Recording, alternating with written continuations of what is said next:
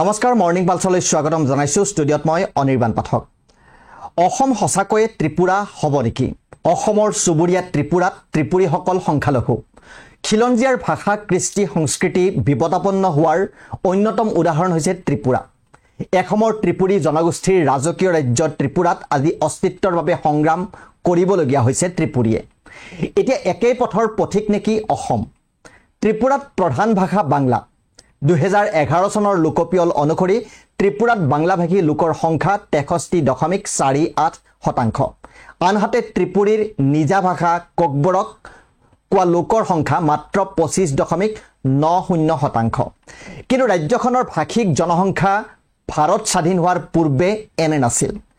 মিণ্টত প্ৰকাশ পোৱা এক তথ্য অনুসৰি 1941 চনলৈ ত্ৰিপুৰাত ককবৰককে ধৰি জনজাতীয় ভাষা কোৱা লোকৰ সংখ্যা আছিল প্ৰায় 53% কিন্তু 1941 চনৰ পৰা 1951 চনৰ ভিতৰত সেই সংখ্যা 37% লৈ হ্ৰাস পাইছিল অৰ্থাৎ এটা দশকৰ ভিতৰতে থলুৱা ভাষা কোৱা লোকৰ সংখ্যা ত্ৰিপুৰাত 16% হ্ৰাস পাইছিল আৰু এতিয়া ত্ৰিপুৰাৰ থলুৱা জনগোষ্ঠীয় ভাষীৰ সেই সংখ্যা 30%ৰো তলত ইয়াৰ বিপৰীতে ত্ৰিপুৰাত বাংলা ভাষীৰ অধিপত্য বিস্তাৰ হৈছিল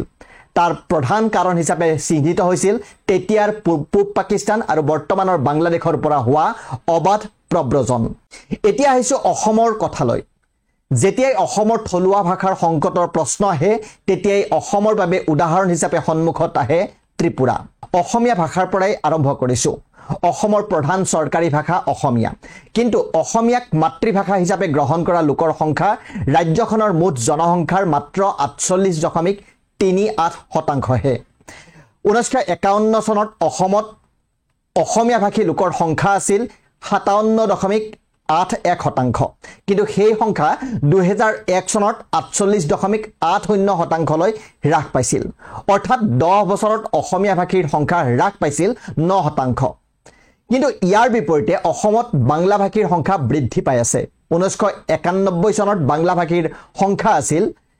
21.67%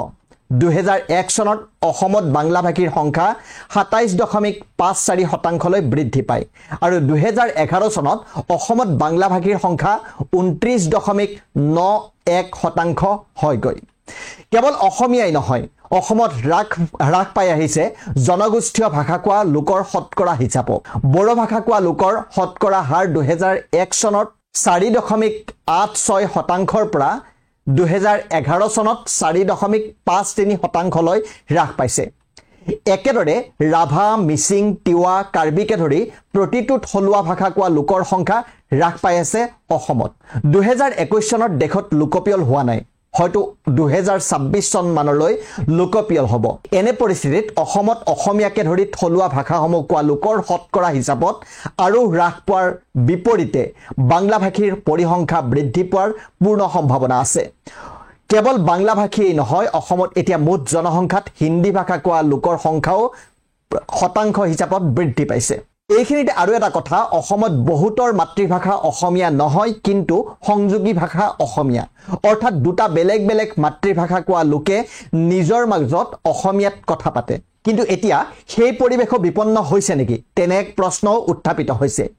ডিমা হাছাও কাৰ্বি আংলং আৰু পশ্চিম কাৰ্বি আংলঙত কাগজে পত্ৰই চৰকাৰী ভাষা অসমীয়া কিন্তু এই তিনিখন জিলাত অসমীয়া ভাষাৰ ব্যৱহাৰ এতিয়া কি পৰ্যায়ত আছে এই তিনি জিলাৰ বাসিন্দাসকলে কাৰ্বি ডিমাছাকে ধৰি নিজা মাতৃভাষাত কথা পাতে আৰু তেওঁলোকে পাতিবই হেয়া তেওঁলোকৰ অধিকাৰ কিন্তু তাত অসমীয়া ভাষা আসলতে সংযোগী ভাষা হৈ আছেনে নিশ্চয়কৈ নাই বুলিবই পাৰি ডিমা হাছাওত ইতিমধ্যে হিন্দী ভাষাই প্ৰধান ভাষাৰ ৰূপ লৈছে দুয়োখন কাৰ্বি আংলঙতো হিন্দী আৰু ইংৰাজী এতিয়া প্ৰসাৰতা লাভ কৰিছে এনে পৰিস্থিতিত প্ৰশ্ন হয় অসমৰ জনজাতীয় লোকসকলে এতিয়া অসমীয়া ভাষাটো এৰি দিব ধৰিছে নেকি যদি হেয়াই হৈছে তাৰ কাৰণ কি ভাষিক অসমীয়া মানুহখিনিৰ আচৰণত কেনেবাকৈ জনগোষ্ঠীয় লোকসকল অসন্তুষ্ট নেকি সেইসমূহ কিন্তু এতিয়া চিন্তনীয় বিষয় একেখিনি সময়তে ব্ৰহ্মপুত্ৰ উপত্যকাৰ পূৰ্ববংগীয় লোকৰ ভাষাৰ কথাটো প্ৰাসংগিক এজন সংখ্যালঘু নেতাই শেহতীয়াভাৱে মন্তব্য কৰিলে যে পূৰ্ববংগীয় মুছলমানসকলে মাতৃভাষা অসমীয়া বুলি আৰু ক'ব নালাগে এটা কথা কোৱা হয় যে ব্ৰহ্মপুত্ৰ উপত্যকাৰ পূৰ্ববংগীয় মূলৰ মুছলমানসকলে লোকপিয়লত নিজৰ মাতৃভাষা অসমীয়া বুলি কয়, যাৰ বাবে অসমত অসমীয়া ভাষাই সংখ্যাধিক্যৰ ভাষা হৈ আছে। যদি সেয়াই হয় তেনেহ'লে ব্ৰহ্মপুত্ৰ উপত্যকাৰ পূৰ্ববংগীয় মূলৰ মুছলমানসকলে তেওঁলোকৰ মাতৃভাষা অসমীয়াৰ সলনি যদি বাংলা লিখে, সেয়া অসমীয়াৰ বাবে নিশ্চয়কৈ দুৰ্ভাগ্যজনক কথা হ'ব, কাৰণ অসমীয়া ভাষী লোকৰ সংখ্যা আৰু হ্ৰাস পাব। অৱশ্যে সংখ্যালঘু নেতাজনৰ এই কথাক আন সংখ্যালঘু নেতাসকলে গৰিহণা দিছে, সেয়া তেওঁলোকে গ্ৰহণ কৰি লোৱা নাই। কিন্তু সামগ্ৰিকভাৱে অসমৰ পৰিস্থিতিলৈ চালে শতকৰা হিচাপত থলুৱা ভাষা কোৱা লোকৰ জনসংখ্যা হ্ৰাস পোৱাটো আৰু তাৰ বিপৰীতে বাংলা ভাষীৰ সংখ্যা ব্যাপক হাৰত বৃদ্ধি পোৱাটো খিলঞ্জীয়া লোকৰ বাবে চিন্তা কৰিবলগীয়া বিষয়। এনে পৰিস্থিতিত ত্ৰিপুৰাৰ উদাহৰণ প্ৰাসংগিক হৈ পৰে। আইৰ মুখৰ ভাষাটো বিপন্ন হোৱাটো এটা জাতিৰ বাবে কেতিয়াও কাম্য নহয়। বৃহত্তৰ অসমীয়া জাতিৰ বাবেও অসমীয়াকে ধৰি থলুৱা ভাষাসমূহ সংকটৰ পৰা উলিয়াই অনাটো এতিয়াৰ সময়ৰ আহ্বান। লগতে অসমীয়া ভাষাই বিভিন্ন স্থানত সংযোগী ভাষাৰ মৰ্যাদা হেৰুৱাব ধৰা বিষয়টোও গুৰুত্ব সহকাৰে লোৱাৰ প্ৰয়োজন আছে।